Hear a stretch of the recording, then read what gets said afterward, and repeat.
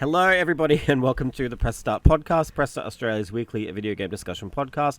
I'm your host, James, joined today by my fellow gamers and co-hosts, Shannon. Hello. Ewan. Hello. And very special guest joining us again, Harry. Hello. Woo! Snaps for Harry, everyone. On the show today, we're going to discuss our Metaphor ReFantazio review, a big update on Ubisoft, one of the best horror games ever, obviously, getting a sequel, and a new direction for a fallen icon. That sounds dramatic and mysterious. Fallen icon. I'm excited. You wrote it. What could we be talking about? Who knows? You have to listen I don't to even find know. out. Oh, yeah, well, that's because well, if you read the show notes, you would, but that's okay. We have a lot of news to get through anyway, so let's get straight into it. Obviously, Harry's here. We didn't just drag him in for no reason. He did review Metaphor ReFantazio for us. The game is coming out later this week, but our review is up to read now. Lots of penetrating thoughts and insights there for you, if that's your thing. There's already been so much talk about holes and penetrating. I've been playing Silent Hill for Concerned like about the the last direction 2 this weeks. podcast is going to go. Harry, what did you think of Metaphor? Yeah, I really liked it. It was good. Moving on. No, yeah, no. Okay, yeah, no. We've got news to get to. We need to know what this fallen game is. Yeah, I feel like let's get right to the end of the fallen icon. Shannon knows what we're talking about. Yeah, it was really good. This is one of my most anticipated games for the year, alongside like Rebirth. I'm a really big Atlas guy, and I think they've done a lot of cool stuff recently with the Persona remakes and Shin Megami Tensei and all the other stuff that they've been doing. This is quite a stab for them in the sense that like they haven't really jaunted much into like medieval fantasy outside of some SMT spin-offs. So it's cool to see them move into a new space. It is very Persona, so if you like Persona or you like SMT, I almost guarantee you that you'll enjoy this game.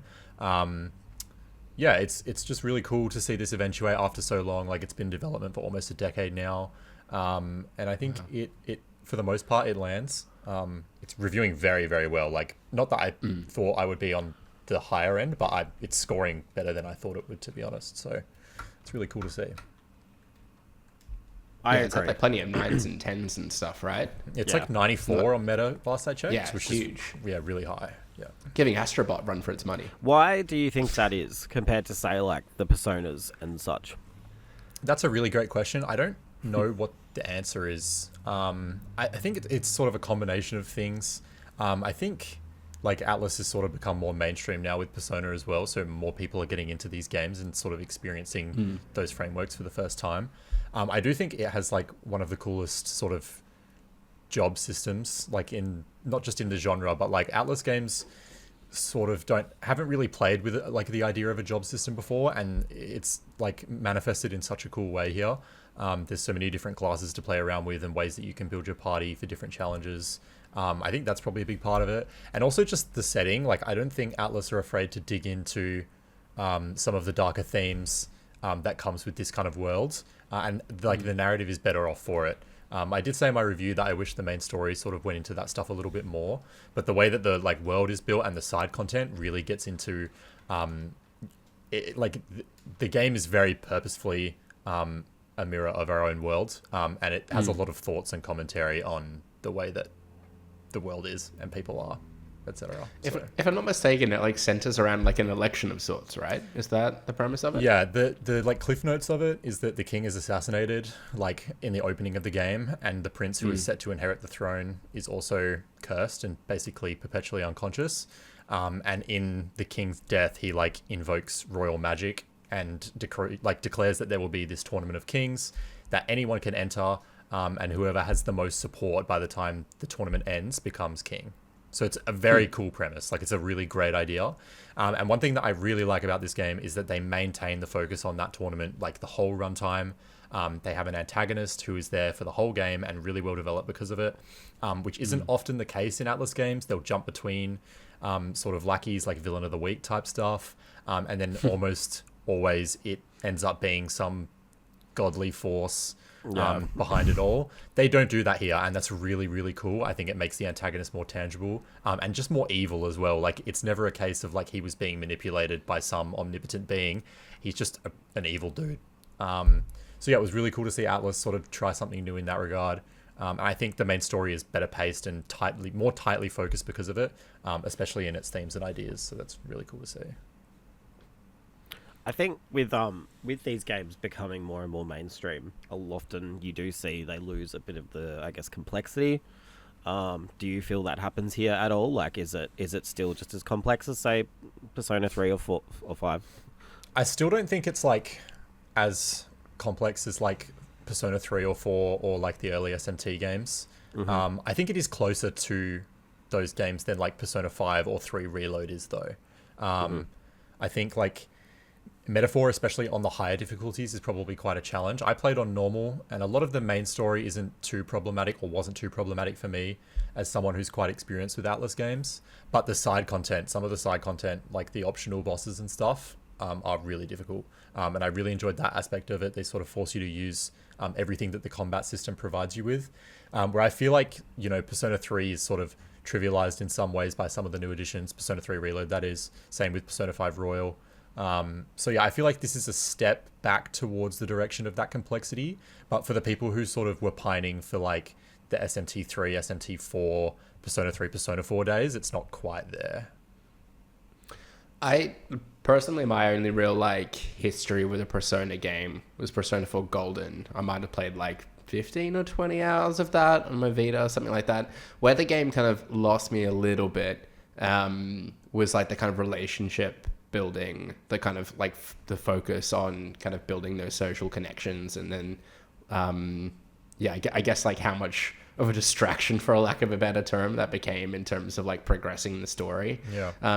How has that like been revisited in any way in Metaphor? Like, have they taken a different approach with it? Is it still as central as it always has been? Pretty much the same. Okay, bugger. the way that it's integrated into gameplay is a little bit different, and I think is more meaningful.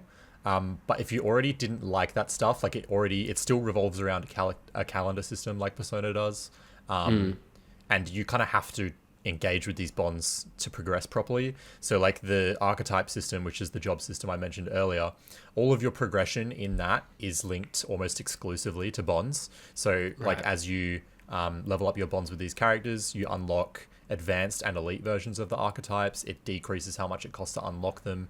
They get more inheritance slots where you can put skills from other archetypes onto those archetypes and things like that. So it's pretty intrinsic to the game. It's still just as important as it's always been. I do think that these are like some of the best bonds, or like social links as they're known as in Persona, that Atlas have done. Like if only because of that more dark theming. They're not afraid to sort of revel a little bit in the darkness of the world, and I think the characters are more interesting because of it.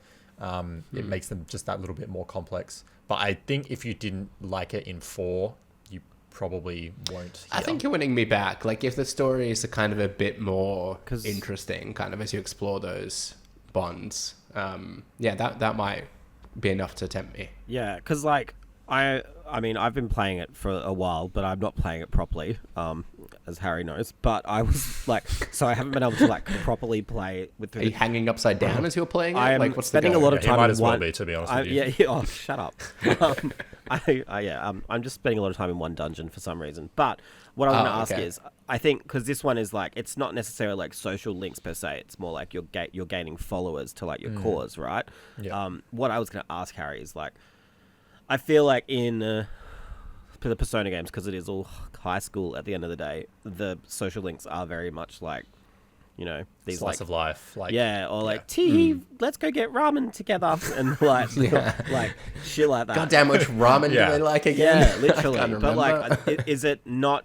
My first question, I guess, is for that: is there a romantic element like there kind of was in Persona in this, and are the stories a little bit more, I guess, mature in a way?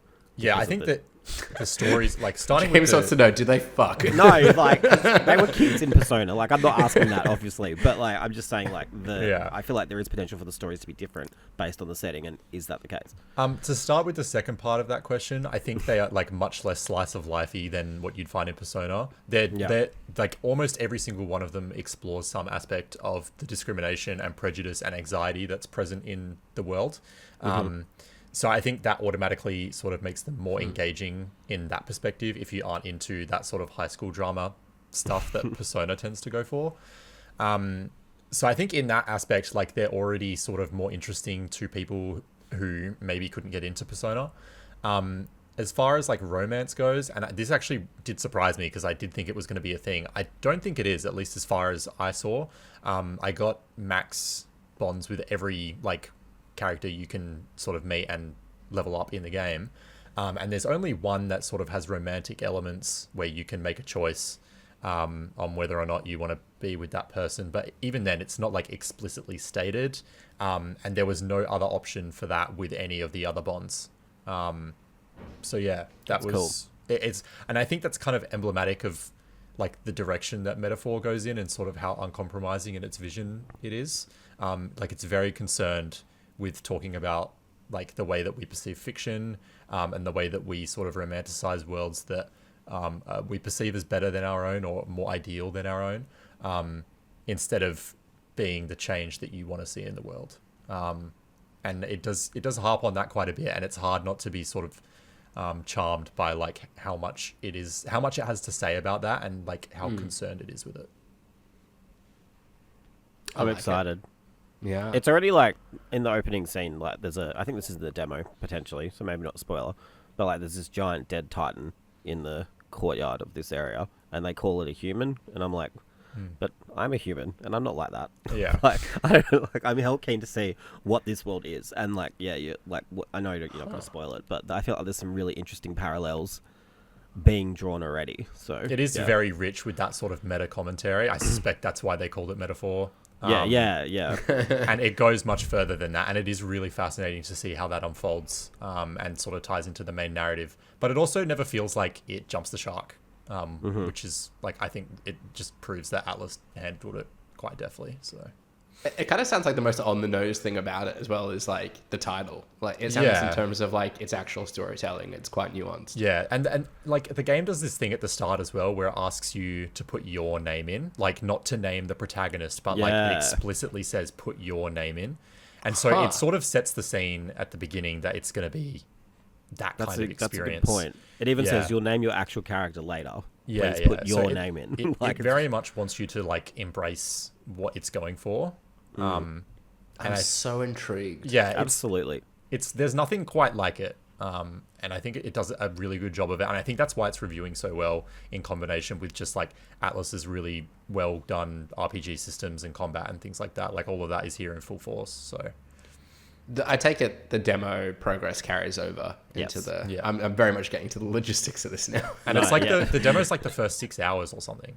It's quite meaty. Yeah. Oh, huge. Yeah. It's like the first like it's like the prologue basically. What's Why wrong, are you shaking Shannon? your head, Shannon? What's the problem? That's a big demo. That'll do me. That does make me fear the game is like 600 hours long. Yeah. I think it's 70 to 80. It took me 70 hours and I did pretty well everything. So I mean, you could mainline it in probably 60, maybe 55-ish. So I don't think I know the director came out and he was like, yeah, it's 100 hours. It's definitely not 100 hours. Okay. Like 70, and I reckon I saw almost everything the game has to offer.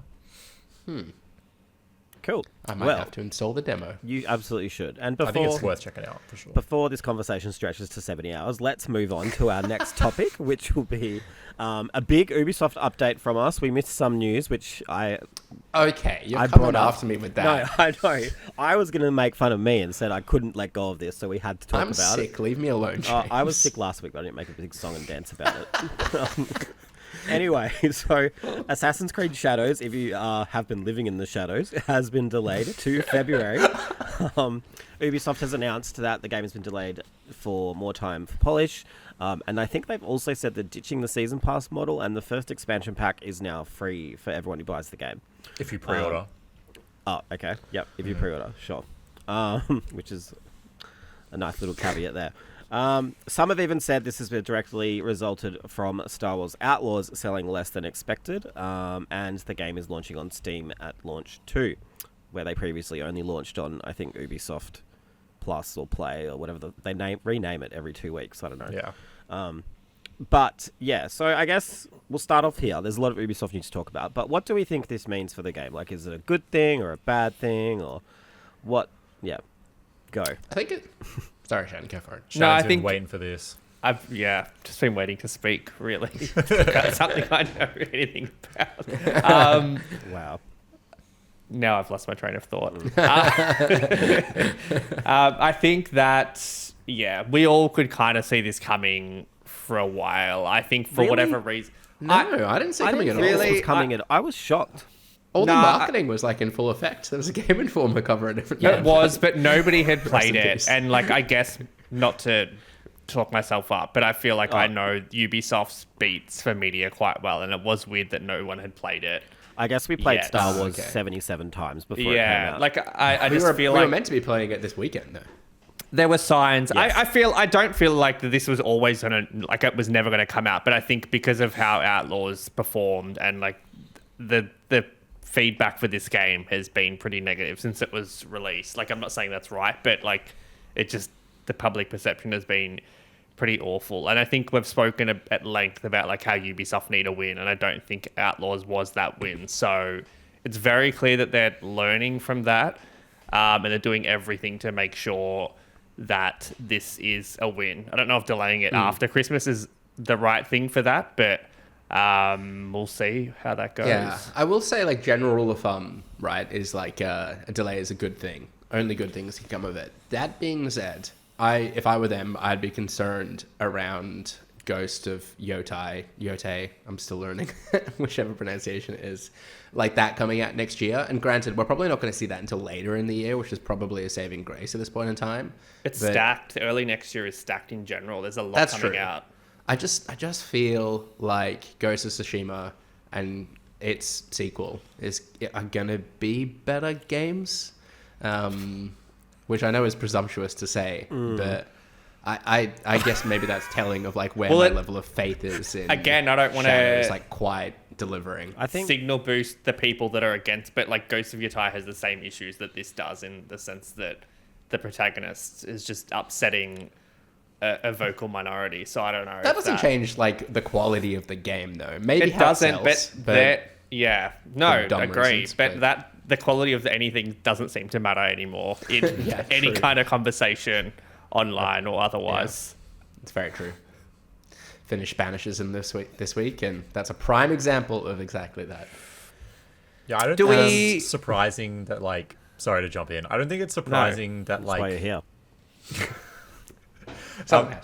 I don't think it's like surprising that Ubisoft are delaying it. I think what's like most surprising or like shocking about it was just how transparent the whole thing was. Like, I think it was good though. Conceding that they're not only delaying it, but also if you pre-order the first expansion's free, they're ditching the season pass model. It's going to launch on Steam, which is a first in God knows how many years.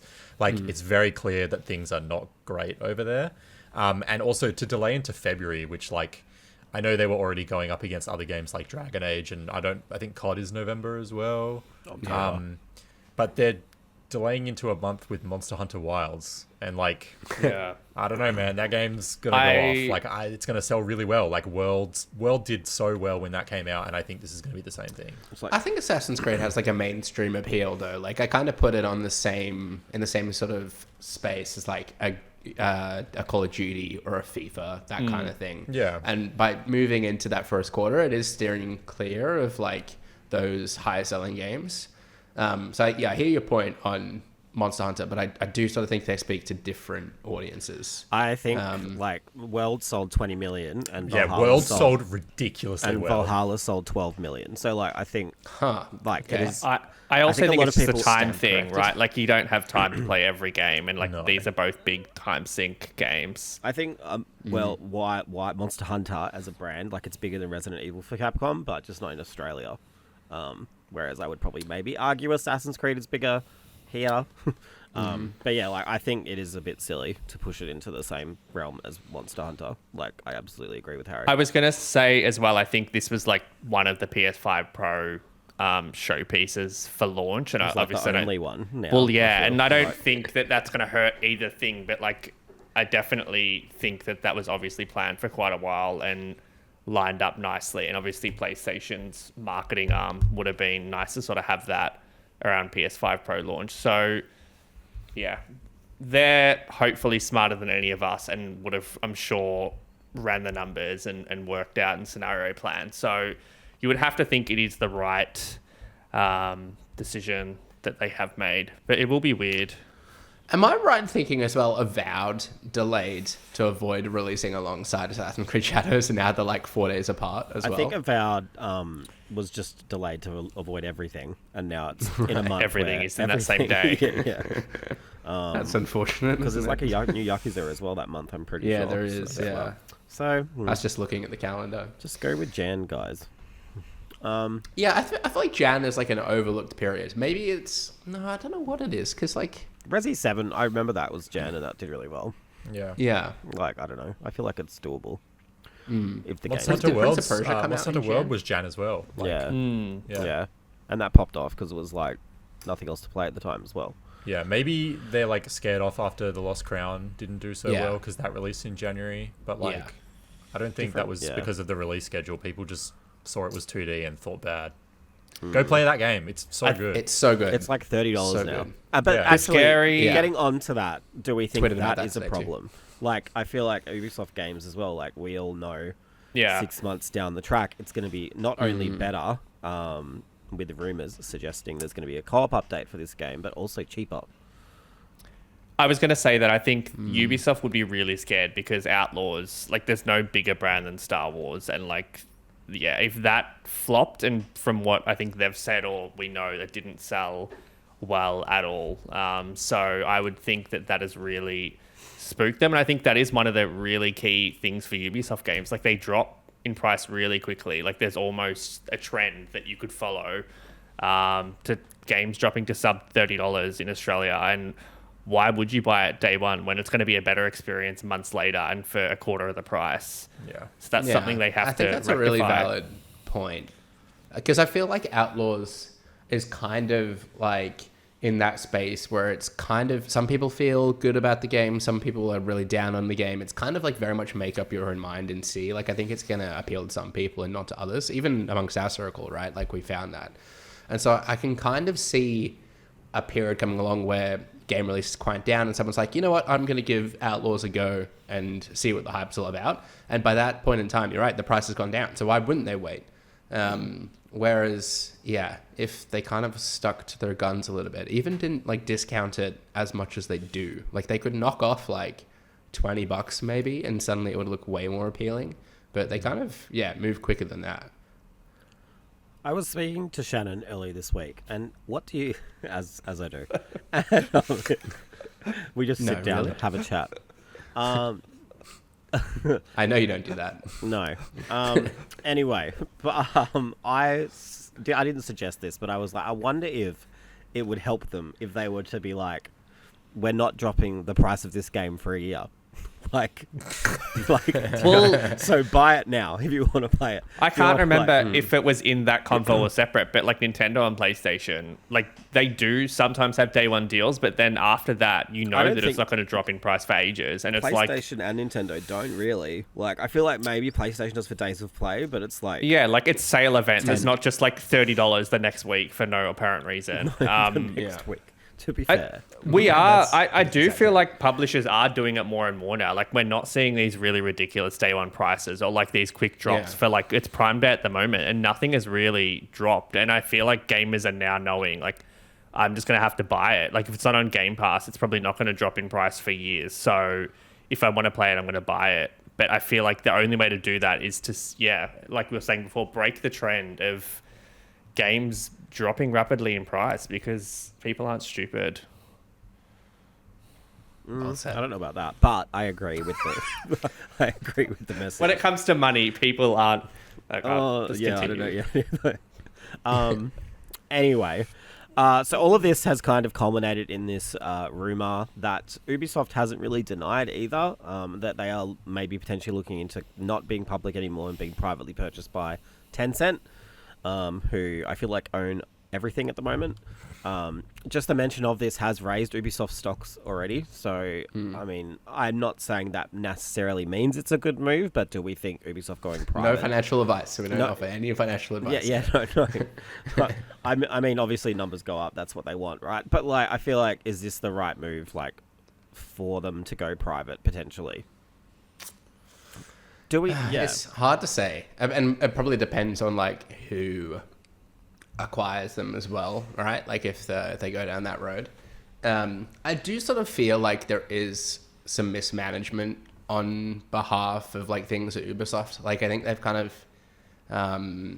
I think So they've many made mistakes studios. with like the formats of the game. Yeah, so many studios. There's lots of IP that's kind of gone underutilized as well that I think would be a no-brainer to bring back. I think Like, to what you're saying as well, maybe Ubisoft is technically, I think, still a family-run business in a way, and maybe that in and of itself is a problem. Like these, I think, like if you had someone over your shoulder being like, "What are you doing?"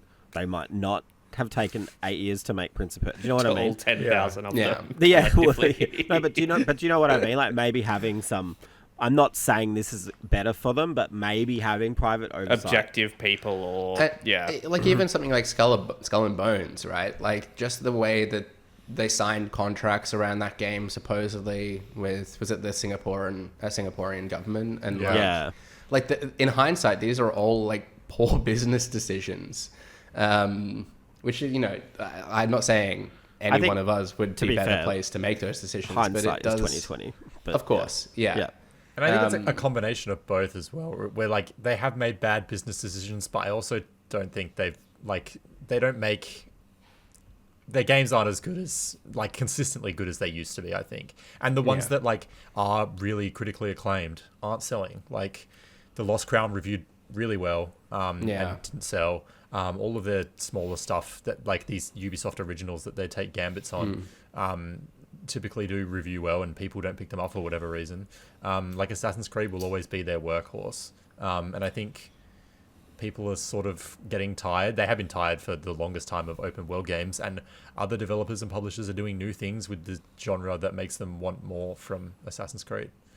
Yeah, I think times have changed. I think PS3, 360 era, like most games probably made money, and like they were churning out AC games and Splinter Cell and Prince of Persia, and they all would have been making money for them to different degrees. Where now, I think we've spoken at length about how like it takes an almost perfect storm to have a game make money, no matter what it is. And I just don't think Ubisoft has put its best foot forward for anything recently. It's also like a challenge the entertainment industry, like more broadly, is facing, right? Like people just can't, you're trying to buy people's attention, really, right? You can't Almost really more afford so to have a than miss. almost more so than like trying to get a chunk of their wallet. And like with more higher quality games, like think just how many 9s we've given out like over the last month, which giving isn't a them away reflection at on- press start. I don't think anyone could say Hey. any of those games didn't deserve a 9, right? Like they're all been fantastic games. So it's really hard to like get that cut through, and Yeah. like a 7 can't or really 8 experiment. game isn't going to sell as well as it once did. Yeah. And Maybe that's a generalization. I feel like when Assassins took a break from Syndicate to Origins, I feel like that was a real jump for them. But I do think, as much as I love Ubisoft games, like I don't love them, but I think they're solid, but I do admit the formula is not evolving as quickly as other games seem to be. Which I think is the problem. I think like even Avatar is like Avatar a prime is like example a of, perfect like, example. It's literally Far Cry, like with blue people. Yeah. And the only reason it really succeeds is because of the IP, right? Like, Well, I don't know about get that. the sense of even difference. then, even then, it didn't I mean, sell maybe well. it's Like, look at unfortunate Star the second Wars, film though, like- didn't set the world on fire, but like it didn't even coincide with the release of the film. Things like that, like you'd almost been better like kicking that can down the road and like revisiting it in time for the third film coming out. Yeah. And like trying to get another Division game out in that time or whatever, rather than like kicking that can down the road. Like I just feel like there's missteps. Well, there's many steps coming up because apparently there are 10 Assassin's Creed games in active development at the moment. 10. Not enough. No, it should be 20. What are they doing? I'm sure one of them will make money. Cancel Prince of Persia. So a Black Flag remake is rumored to be arriving within the next 2 years, and around that time is a multiplayer game as well called Invictus, which is meant to be Fall Guys inspired. So it's not like Fall Guys, just to be clear. Like I think it's meant to be this like kind of Like parkour challenges or I guess something? battle royale, like it whittles down the numbers to a winner. I think that's the idea. But apparently they're both coming, and then obviously we've got Jade on mobile. Hex is coming out at some point, and something else that escapes my Shadows, obviously. So, how do we feel about this rumored approach? Like, is this too much, or like, do we think it's just the kitchen sink approach? Or Yeah, why? Like, why? Like budgets are ballooning across the industry. Every single developer is like struggling to keep their heads across water, and it does feel like a kitchen sink approach. Like it feels like Ubisoft are throwing Assassin's Creed at the wall and hoping something sticks. And even if it does stick, they're not going to make all of the money that they need to back off of it. So, I mean, I don't know what the answer is, but yeah, I think It kind of reminds me of like a Marvel, like announcing all like 20 movies in one go and like putting them all on a timeline. And it just feels like a graphic designer's come through and made a whiteboard scrollings look impressive. It's just straight out of a brainstorming session. To And be that's fair, what the vibe this I get hasn't been here. officially announced, so this is all Okay. leaks. So they haven't quite gotten to that point yet. But I think Harrod's got a good point. Like, if one does stick, the money you've lost making the other 4, like, kind of will counteract that anyway. yeah. So, It'll be unless it's like a smash hit and just like absolutely like runaway success. Maybe you break even. Yeah. And even if it's not 10, the ones that we do know are real is still like 4 or 5 it's games. 5. It's literally Yeah, 5. like that's Yeah. too many. I'm sorry, it's too many. Like Yeah. I mean, I like the kind of rhythm they've established, though, of like, here's a smaller, like more focused Assassin's Creed game, and then something kind of a bit bigger and open world. But I think each one still needs to do something special, right? Like, it shouldn't just be kind of rinse and repeat. Let's But just even- kind of... Even like Hex, Move the it in latest setting. to come out of Hex is that you have magical powers and you're basically a witch. And I'm like, Yeah. at this, what point do we just make a new game? And that's the, and I Yeah, guess yeah, a that's new the IP. that's the problem, Yeah. right? With experimentation and stuff. Like you do kind of have to hit yourself to an IP to be successful. But if you told me like when we first were playing, as Ezio in Italy, that we'd be playing as a witch in like a game 20 games down the series, I would not believe you. So Yeah, but we've also had like a pirate and a samurai in that time. I feel and like a pirates and Viking, samurais like, though, and Vikings, like they were like, I don't know, real. a witch is a bit of a Which term. is I feel like, Fair point. I mean, I know it's not going to be like green skin on a broom, like flying around. But yeah, I do think don't you're know. right though, Unless- Ewan. Like smaller experiences with lower budgets. Like I'm playing Assassin's Creed Nexus, the VR, is it Nexus? The VR Assassin's Creed game on my MetaQuest right now, and it's cool. Like it's the most fun I've had with an Assassin's game for a long time. And because it's unique, it's like something new that the franchise hasn't done before. And like it might just be Assassins in VR, but like that's novel. And I feel like if there was a higher adoption rate for VR, like that game would be selling really well. I think everyone just needs to be Capcom. I agree. Healthy mix of remakes and new games and Yeah, I agree. everything in between. Anyway, They are doing a great job, to be fair, and like earning bank by the sounds of things. yeah, absolutely. Speaking of great job, to celebrate the game's 10th anniversary, the team at Creative Assembly have announced that Alien Isolation 2 is officially in the works. I was getting that, Ewan. I saw Yeah. you. Yeah. For some reason, I thought we were about to talk about the Fallen Legend, and I was like, No, we're how not. is- That's where's stay the segue tuned. going? If you're still here, stay tuned. The Fallen Icon is coming. So Alien Isolation 2 is officially in the works. Creative Assembly announced it in a tweet this morning or yesterday. But people who have been working at Creative Assembly for a while have insisted that this has been in the works for a while. And it's not because of Romulus doing well, although I'm sure that helped. Yeah. So, has anyone played Alien Isolation here? Because I feel like I would tell everyone in my life to play it, and no one has. Yeah, I adore that game. Yeah. Okay. Good. I didn't finish it, but yes, I have played a bit of it. Did you like it? It was. I did. I really enjoyed it. I needed friends to play it with me, though, James, because it was quite scary. I'm already worried. Are you being Silent Hill's facetious? gonna go- Oh, To be fair, I was like, I don't know, I was some 10? I think I was 10, but I was probably in like my young teens when that game sort of came out. That is, like, I so wasn't disgusting. like the hardened horror veteran that I am now. So maybe I should revisit it. I feel like a lot of people revisited it after Romulus, and I wonder if that's like a factor in this announcement too, because it's early stages, right? Like the Yeah, they development said of the very game. early. Yeah. They're in concepting, I think. Yeah. Do we think like there is a remake or a remaster or a next gen upgrade on the horizon for this? Maybe an upgrade, but the game already looks so good. Like that game is unreal graphically. It is such a treat for the eyes, especially in the way that it recreates the world. On a PC, it just looks so good. I'm sure it still looks fantastic on consoles as well. So I don't know how much there would be And, upgrade. and like, It'd be if cool my with ray TikTok tracing feed and is stuff, but anything to go by, so many people have like gone back and replayed that game like over the last couple of months, which kind of says to me like if they saw a spike in like purchases and people replaying the game, like why bother if people are content with what they have? Yeah, I did see a few people asking for a PS5 version in our comments yesterday, but yeah, I don't know. I feel like it's not the type of game that would benefit that greatly from it. Is it? So I feel like it's kind of fine. Yeah, I think To be Harry's honest, point's spot on. This is a bit random, but it runs really well on the Switch as well. And Oh. I feel like that is like kind of a testament to the fact that good art direction plus being dark is like a good mix for it to Yeah. kind of scale up or Yeah. down. Like, the aesthetics that they're working with too, like almost, it's not fair to describe the game as lo-fi, because you're right, Harry, it still looks great.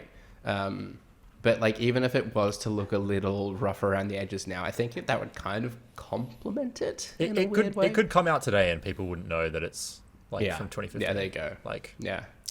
James, I'm curious, from one Alien fan to another, like what direction do you hope that they take the sequel? Like, which kind of part of the lore would you like to see it So dig this is into? like this is where I'm like I don't know if like what could they do, because the original game was so big and had so many great things in it. Like I can't really imagine what they could do.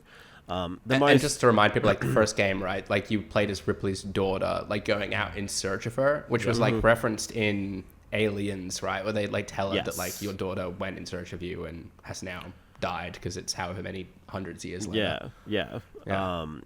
So I don't know where I want it to land. I think like it'd have to be like story-wise maybe between two of the movies or something. But yeah, I don't. My gut instinct is two aliens, but the way that the first one alien worked was so good. Like I feel like they'd have to be really careful by you know. I feel like Romulus has introduced like so many interesting parts to the lore that like could make great game mechanics. Like even the facehuggers, like moving silently through them. Like I can see that translating so well into a game and being so tense. There are eager to see what this facehuggers game turns in out to be. Isolation. That's what. But they don't do like the slow. I guess it's kind of. Yeah, I guess the you're whole right. game is kind of not draw attention to yourself. Is Rogue Incursion, the VR game that's coming out, similar to Isolation? Is that in the I same? don't know. I don't know what that's like in terms of. It's like similar in the sense that it's like the same kind of gameplay experience, but I don't think it's narratively attached to Isolation at all. Okay. Are there anti-grav sequences in Alien Isolation? No, there's not. That was a cool moment that I appreciated. That could make a cool moment in the game. Yeah. But I also don't want them to just retread moments from Romulus. Yeah, so for I hope sure. that is not a thing. I think it's exciting that Creative Assembly is still around. First of all, because I feel like that Hyenas game was like so close and then just got cancelled completely. Have they put anything out since Isolation? About 77 total war games, like since, Right. which makes me also think they've wanted to do this sequel for so long, and finally, like I think they finished Pharaoh last year, and they're like, oh, cool, we get like some spare time now. Let's actually make a game we want. Yeah, to And make. and the something first game different. does kind of Yeah. end with like a plot hanger almost. Like they left it open for another one. Like yeah. Speaking Maybe of when I go leaving it back. open for another one, let's move on to talk about our mystery franchise, which, if you haven't worked out by now, it is Halo. So between Infinite and the cancelled TV series, Halo has been in a bit of a rough spot. 343 Industries has now rebranded to Halo Studios, and all future games, of which multiple are in development, are being built for Unreal Engine 5. We got a short look at a visual teaser of, I guess, the world of like what Halo looks like on Unreal Engine 5. I don't think it was a particular game. So you can check that out somewhere on the internet. I'm sure if you just Google it, it'll come up. So, Or head to breastout.com. Yeah. of course, all the website. Yeah, always. We have all of the news straight away. Don't forget to plug. Yeah, well, that's Ewan's job. He's the... Yeah. Anyway, Plugger, the whole plugger. yeah. I'm on the bench. He is the plugger. Yeah. So this news, I think, cool for a Halo, I guess. I think a lot of people, the big thing I've seen online is that people are thinking moving to Unreal Engine from the Slipspace or Slipstream engine that they were going on about is a indication that Halo will go multi-platform. Do we think that will happen? Like maybe. Yes. Yeah. Oh wow. I don't think it's going Why? to make a difference. Like, Oh well, yeah. No, it's not. Oh wow. Okay. I have a lot of thoughts about this, to be honest. Okay. Well then go. Let's hear it. Yeah, I really Spill. I don't understand. I've seen a lot of hype around it and people talking about how it's going to be a 343 turning a corner, or Halo Studios, or whatever it is they're called now. How many Like- corners are there to turn? Yeah, this is My going to be. They've released 3 games, all of which have had issues in some way or another. Yeah.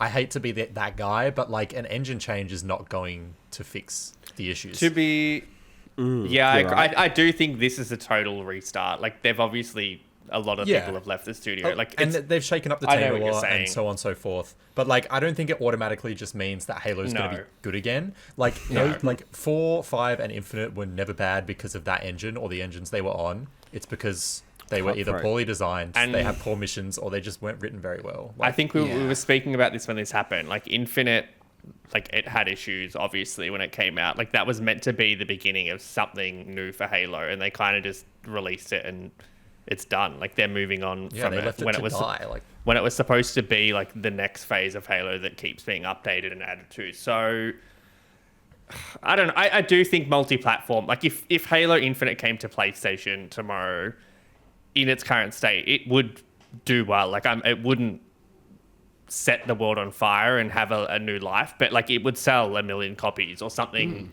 I near think that. that's I think So- I'd be so tempted to do the well- Master Chef.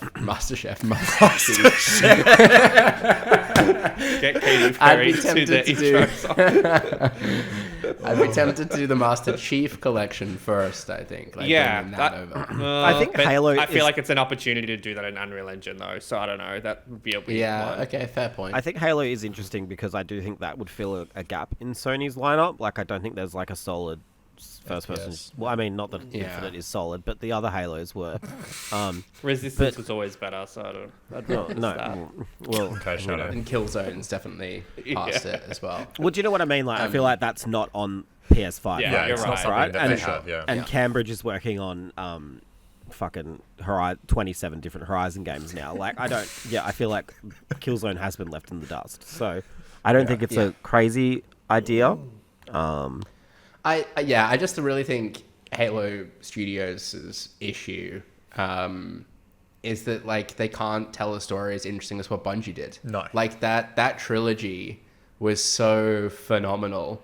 And you just can't even retread like any similar ground. Like unless there's kind of aspects of Halo's lore, like you just want to experience that adventure again, right? And like you never can unless they remake it. Maybe they could remake it in the same sort of way, Silent Hill 2's recently done, where they add more to it or something. But I don't know. I Yeah, think I there's just- room to achieve what Bungie achieved in a different way. But like, Yeah. you're right. Like Halo 3 was such a landmark event in the industry. Like we will probably never ever see anything like that ever again. Yeah. But I do think in the right hands, Halo can be the behemoth that it was again. I just don't think that's with 343. yeah, I mean, And maybe to be this fair, new like, team I'm saying will this with a surprise, very but- like surface level understanding of I- like the broader Halo lore. But yeah, I don't know. I think I they really will- had like, something with the without Forerunner Flood and stuff, Halo and then Array they all of just this, like yeah. I will say the name change shocked me because it's like it's Halo or nothing now. Like if the next Halo doesn't work, that's it. we're Like, rebanding back to 343. Well, and there's working no, on other yeah. things. Like it's kind of. I don't know if it was the right time to go all in on that do, from do a you studio think perspective. Xbox needs Halo anymore? Like, does Halo have to be Well, they need part of something. an Xbox They need franchise something, forevermore? Yeah. Yeah, but like maybe it could be another sci-fi shooter. On Like, that note, though, 343 was named after like the series as well, like 343 Guilty Spark, so it was Yeah, kind of it was- always there. But Halo yeah. Studios is just way more on the nose and stupid. yeah, I said it. Okay.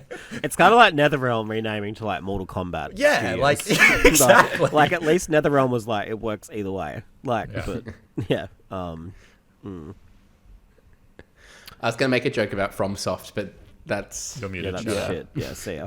I agree with. Sorry. I don't agree with Harry in that I don't think it's ever going to be as big as 3. Like, I feel like that when Halo 2 and 3 came out, I remember like everywhere, like everyone was talking about it, everyone was playing it, like there was just so much buzz everywhere. I think they took over Times Square, like it was a huge thing. Yeah, but I like don't the think- billboard in Sydney, right? Like the famous Coca-Cola billboard, I think has only ever not been a Coca-Cola billboard one time, and that was for the launch of Halo 3. That's a weird example to give to Infinite was a significance of it, but- moment. Like, it's not as if Infinite just like flopped out. Like, it was a It big was not a- moment. but how in was It it was a a moment? disappointing moment. What do you mean a moment? Yeah. At times, it was like there was hype around it, and it was, Was- like the big Xbox. There was moment. hype I going think there into was. it. Like it was treated as like a reset, though. Like that's my concern Yeah, with this no, too. I It's agree. like they're treating this like a reset, and it's like that's what your last game Yeah, was no, meant to be. I agree, but yeah, I think this is it. I think Halo is still Microsoft's strongest brand with Gears, but Halo for me was always like one above Gears, and I do think you just need to make it accessible to as many people as possible. Like, I think it being on PlayStation at this point and it being successful is stronger for Xbox than it just being on Xbox. So, but it's going to be years before this eventuates, right? Like, I think we assume that the original Halo is probably going to be remade in Unreal Engine 5. I think like that's what a lot of people took from that video, and I think that's a good place to start. But yeah, it's not as if it's going to happen next week, so I don't know where that leaves it for the years to come. And it kind of feels like it does lose relevancy more and more as time passes. I'm starting to think like, yeah, a real conscious kind of remake of Halo and maybe even the rest of the trilogy, like kind of revisiting mission design, adding some stuff. I don't know. I mean, it's about been a that little one. while since I played them, but like, does it quite like hold up? Man, in they the are still same just as way? good as Like, they always were. Like the original Okay. trilogy, ODST No. and Reach are still... Harry, this is like I have this argument with Ewan every week. He can't play anything not made after 2010. Man, just play the Master Chief This is collection. not true. Like, so good.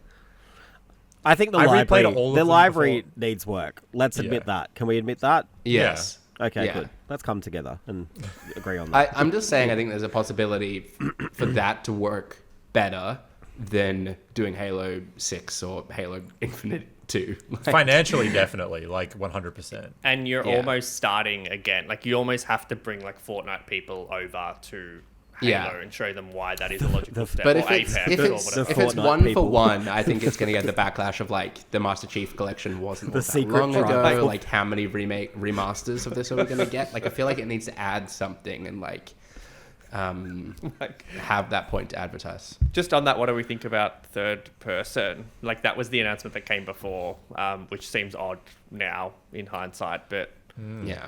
the Fortnite people are coming now. Oh my day. There are some Doesn't do people anything for who won't play a game if it's not first or third person. Like they pick a lane and they just sit in that. And those never. people are weird. I will never understand it, but it is a thing. So maybe this is the substance that they need for Halo to bring it back. But yeah, I don't know, a bit random, don't you reckon? Yeah. Well, there are Yeah. some people that would have never played a first-person shooter, I think. Like, a lot of people that have only played Fortnite would have not Halo played. 2 was my introduction to first-person shooters. Like, I'm showing my age a little bit there as well, as in my young age. But yeah, like that was like very impactful on me, and I was like, it made me play my first Call of Duty and like all of this. And it's only like growing up with a PlayStation in the household as opposed to an Xbox. Like it was when I got my first casual job, I went out and bought a 360 so I could play all the Halo games start to finish. Yeah. Would love to see it come back to its former glory. Yeah, I the want it fallen to icon. be. I don't feel like Xbox can succeed without Halo doing well, to be honest. Or it's not as strong as a brand without Halo. Yeah, So I Chief, would like Chief it is an icon, like James said, like fallen icon. He should be up there with the greats, and right now Yeah, he's it's kind of the not. game that people want to see when a new Xbox is revealed, Yeah. and that was Infinite. And now most people just think Fortnite whenever they see Well, that's it. the old Master Chief. I'm trying desperately not to say Master Chef again. Yeah, It is a long struggle. live. Rapid fire. We've gone on very long, and this was my laziest rapid fire I've ever come up with. But there is a rumor that the first 3 God of War games, maybe even the PSP ones as well, I didn't read it properly, are being remastered as God of War: The Greek Saga. Would you be keen to revisit these games? Hell yes. Yeah, I missed this news. I really want them to continue these God of War, this style of God of War games, because I think they're just totally different to what the new ones are, and they were so good. This is like prime Blue Point potential. Like, what do we know what Blue Point are doing? They're like, making their own game. Oh, they are too. They've been Don't doing do that. No, shut the fuck up. I think this could be like a Sony Santa Monica small project. Like it depends if they're just purely remasters. Like I think it could just be a smaller team within studios. Rapid David fire. Jaffe's back. Oh no, let's not do that. No. Harry? Yeah, I'm keen. I think we need more character action games in the market.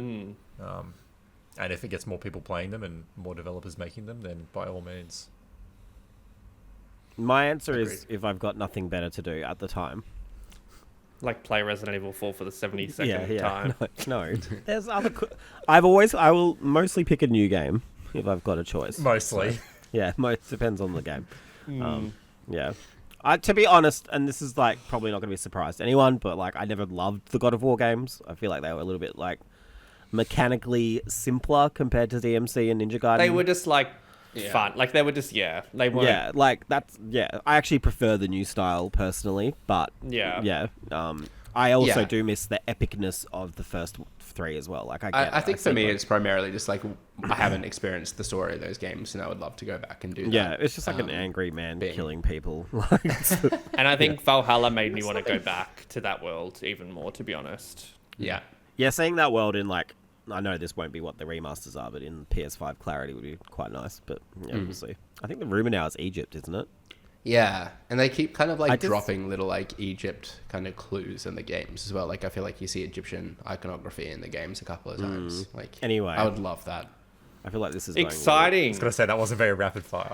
No. Yeah, no, sorry. Well, that's how it works every week, Harry. Shannon You had his obviously hands don't- on his head too, so I've got Well, obviously another not around thumbnail. I enough. know that down. Okay, so moving on to What the Wiki, which is the Press Start podcast.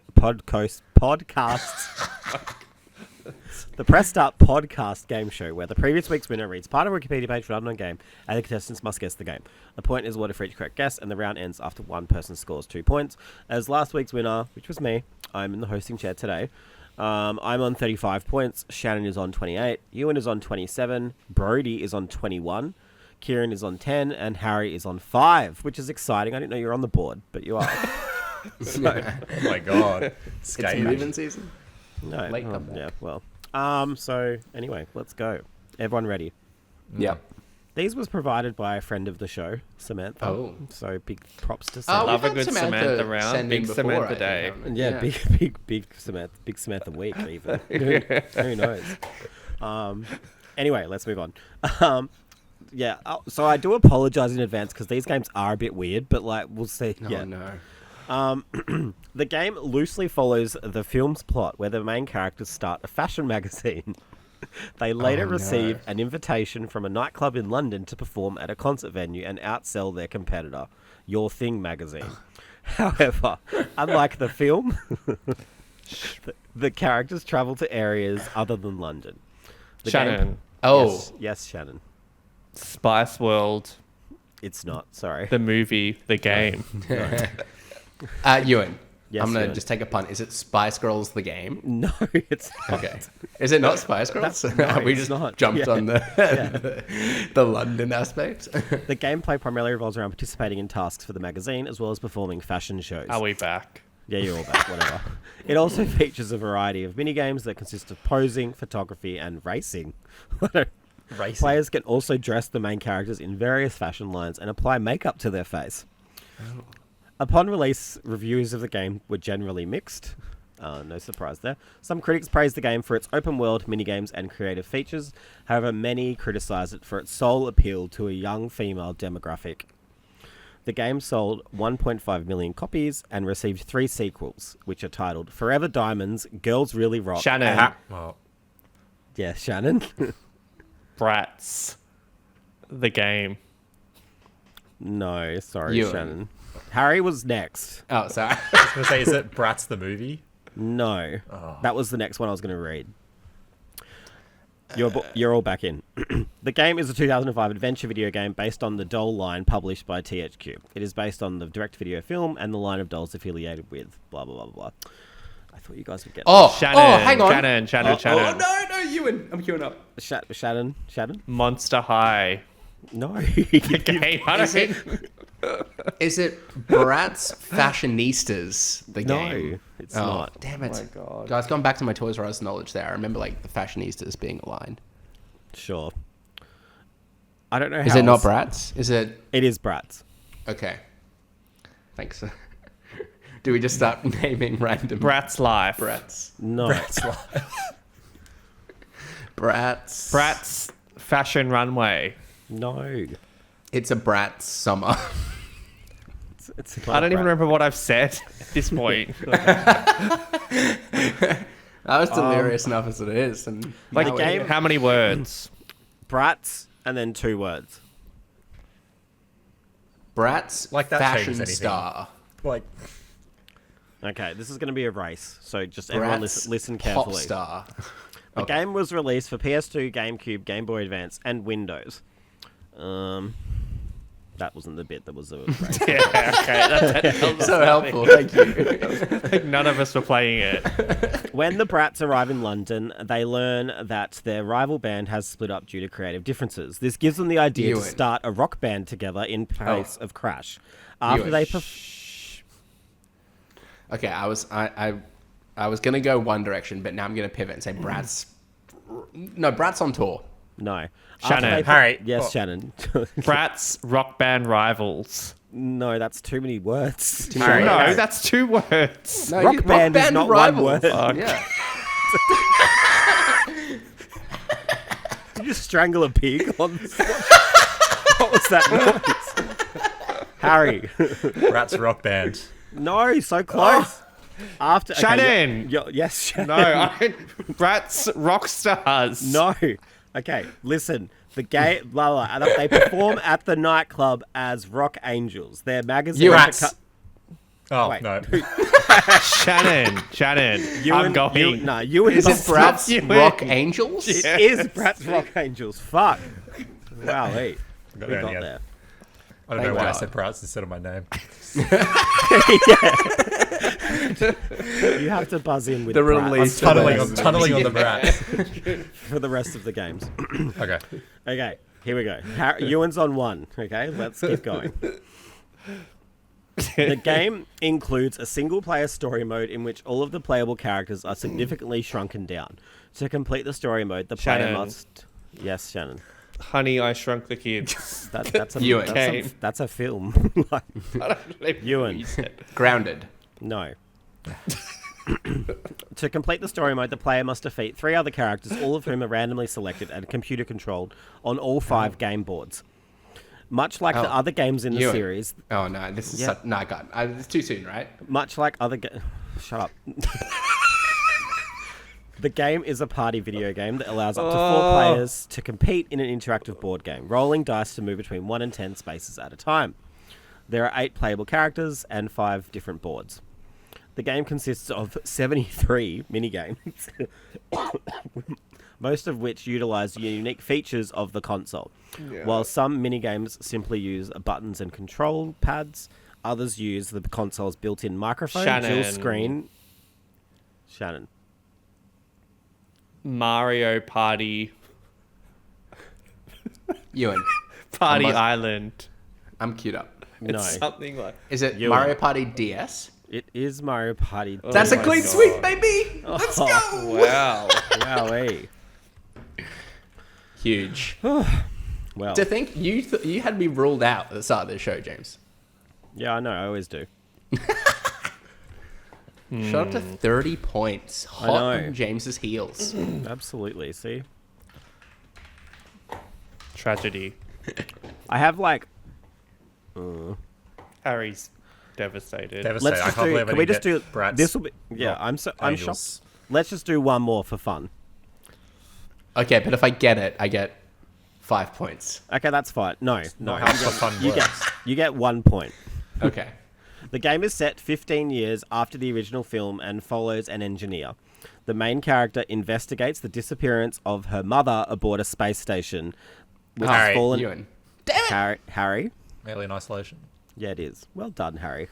You get a point. Sympathy Well, what point. Harry point? He gets a sympathy point. No, it means nothing. Yeah.